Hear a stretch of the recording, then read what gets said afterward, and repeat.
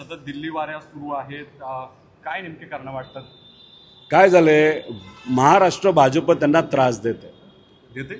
अनेक वेळा आपण जर बघितलं तर जिथं एकनाथ शिंदे साहेबांचे आमदार आहेत, जसं की आता छोटंसं पुण्याचं उदाहरण आपण घेऊया. पुरंदरमध्ये तिथं विजय शिवतरे साहेब आमदार आहेत, तिथं काँग्रेसकडनं कोणाला प्रवेश करून घेतला?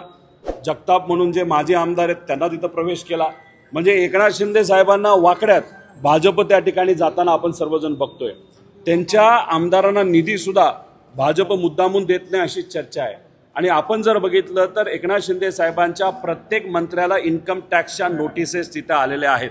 भुसे साहेबांच्या परिचयाचा एका अधिकाऱ्याला तिथं ईडीकडनं का CBI कडनं तिथं कारवाई केली गेली. म्हणजे चुन चुन के हम मारेंगे अशी भाजपची तिथं भूमिका आहे. आणि एकनाथ शिंदे साहेबांना मुद्दामून फक्त ठाण्यापर्यंत ठेवलं. आता दुर्दैव असा, ठाण्याचे जे अधिकारी आहेत त्यांच्यावर सुद्धा कारवाई केली. म्हणजे ठाण्यापुरतं तरी एकनाथ शिंदे साहेबांना भाजप सोडतंय का? म्हणून काय करतात, दिल्लीला जातात, दिल्लीतल्या नेत्यांना भेटतात, नाहीतर मग कुठेतरी नाराज झाले, रुसले थोडे भाजपवर, तर मग तिथं शेती करण्यासाठी कुठेतरी साताऱ्यात जाऊन तिथं आपल्या गावी बसतात. कुठेतरी हे सगळं बघितल्यानंतर या सर्व पक्षांमध्ये ऑल इज नॉट वेल हे कुठेतरी आपल्या सगळ्यांना जाणवतं.